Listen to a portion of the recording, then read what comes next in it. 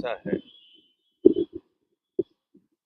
सन 52 से चुनाव चल रहे हैं और जो लोग वोट डालते रहे पहले, आप लोग तो सब नई उम्र के लड़के, हमेशा चुनाव से पहले 1 डेढ़ साल पहले से रिवीजन होता था वोटर लिस्ट का। और जो लोग मर जाते थे उनका वोट कट जाता था, जो वोट डालने लायक उम्र हो जाती थी वोट बढ़ जाता था। लिस्ट मिलती थी, लिस्ट में पूरी सूची, वोट बढ़े हुए की अलग से सूची, परिवर्धित नाम कट गए उनकी अपमार्जित सूची, नामों में सुधार हुआ है, मान लो किसी की स्पेलिंग गलत थी, गलत कुछ था, लोगों ने कराया तो वो संशोधित सूची, ये सब लोगों को मिलती। ये हमेशा चलता रहा। 2014 में प्रधानमंत्री मोदी बने तब भी यही चलता था, कोई बात नहीं थी। लेकिन प्रश्न ये उठता है कि एसआईआर की जरूरत क्यों पड़ी। इसके पीछे जो दिल्ली में सत्ता में बैठे हुए लोग हैं उनकी नीयत साफ नहीं, वरना इसकी आवश्यकता ही नहीं थी। वो तो रेगुलर एक कंटिन्यूएशन में ये चल रहा था, हमेशा प्रोसेस चल रहा था।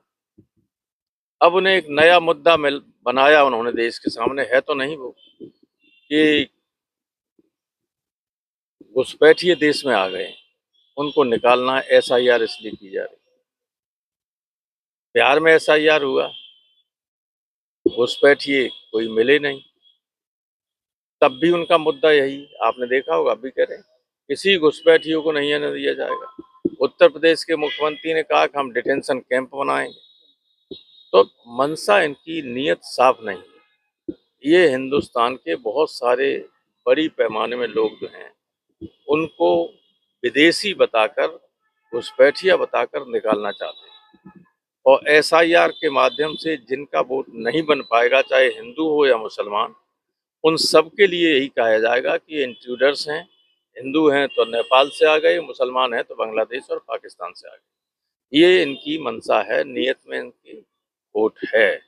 इसलिए हम लोग इसका विरोध भी कर रहे थे, क्योंकि सही तरीके से काम होता नहीं। कई मामले ऐसे देखे जा रहे हैं जिसमें लोग पहले वोट भी डाल चुके हैं, उनके प्रपत्र भी आए हुए हैं, उसके बाद भी जब वो डाटा अपलोड करते हैं डाटा नॉट फाउंड बताता है, उनका डाटा डिलीट कर दिया गया पहले से ही। वो हम लोगों ने शिकायत की है, वो सुधर भी रहा है, इलेक्शन कमीशन के सामने गए हैं। लेकिन सबसे खराब बात ये थी कि इतने बड़े पैमाने पर एक्सरसाइज हो और समय बहुत कम हो, इसीलिए तो बीएलओ आत्महत्या कर रहे हैं। और ये चीज अच्छी नहीं है कि आप हर इन किन प्रकारेण बाई हुक और बाई क्रुक सत्ता में बने रहना चाहें, सिर्फ इसीलिए करना चाहते हैं। क्या चुनाव आयोग पूरी तरह से हुआ बात को सुनने के लिए तैयार?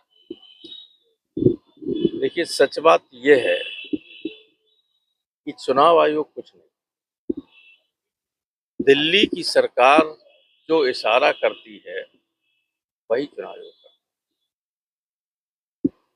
चुनाव चाहे भी तो अब इतने सिस्टम इतना कमजोर हो गया है, अब कोई टीएन सेशन नहीं, जो प्रधानमंत्री की बात भी नहीं सुनते, जायज बात हो गई। अब तो बीजेपी का कोई छोटा मोटा नेता भी कुछ इशारा कर दे तो उस तरह से काम होने लगे। अब तो अगर आप लोग हैं, यहीं पैदा हुए, आपकी सातों पुश्त यहीं की है, आपका वोट नहीं है, तो कहेंगे कि ये जो एसआईआर के बाद वोटर लिस्ट बन रही है यही नागरिकता की गारंटी है, नागरिकता का प्रमाण पत्र है। आपका वोट नहीं है तो आप इस देश के नागरिक नहीं। और अपने हिसाब से करते हैं। देखिए, जब एनआरसी की बात चली तो आसाम में 19 लाख लोग चिन्हित किए गए, 19 लाख। लेकिन कार्रवाई इसलिए नहीं हुई, उसमें 12 लाख हिंदू थे और 7 लाख मुसलमान। तो कार्रवाई करनी पड़ेगी तो सब पे करनी पड़ेगी। तो धर्म के आधार पर, जाति के आधार पर इस तरह का सोच ऊपर बैठे हुए लोगों के मन में आ जाए तो ये अच्छी बात नहीं, देश के लिए शुभ नहीं। जैसे केंद्र सरकार के इशारे पर विपक्ष को सत्ता से बाहर रखने की।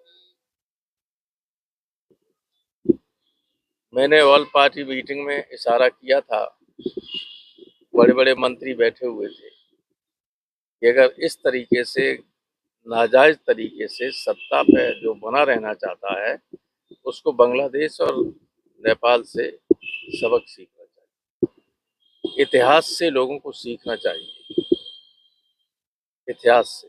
और नहीं सीखोगे तो उसका परिणाम भुगतने को तैयार रहेंगे, आज नहीं तो कल। सर पीएमओ कार्यालय को सेवा तीर्थ से नाम ले लिया है। क्या सेवा तीर्थ से पीएमओ कार्यालय बदल दिया गया, राजभवन का लोक भवन कर दिया गया। अब ऐसा है जो कुछ नहीं करते वो सिर्फ नाम बदलते हैं। चुनाव आयोग ने 9 तारीख को एक मीटिंग कॉल की है और चुनाव सुधार के मसले में बात में विपक्ष के साथ मीटिंग करेगी। ये बात अभी सामने आई, लेकिन इसमें एसआईआर पे कोई चर्चा नहीं की जाएगी। चुनाव सुधार के संदर्भ में क्या आपको जानकारी है?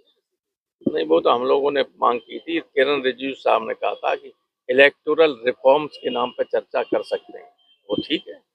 इलेक्टोरल तो रिफॉर्म क्या में सर ये बातचीत जो होगी उसमें कोई सुधार की संभावना बनेगी? देखिए, जब तक संसद में इस पर बहस नहीं होगी तब तक उस पर कुछ नहीं हो सकता। संसद में कौन बहस करेगा? आपको अधिकार है, विपक्षी और नेताओं का अधिकार है। नहीं नहीं, सरकार एग्री करेगी, सरकार को आप लोग विवश कर देंगे? नहीं विवश नहीं कर देंगे। कमिटमेंट है किरण रिजिजू। हाँ,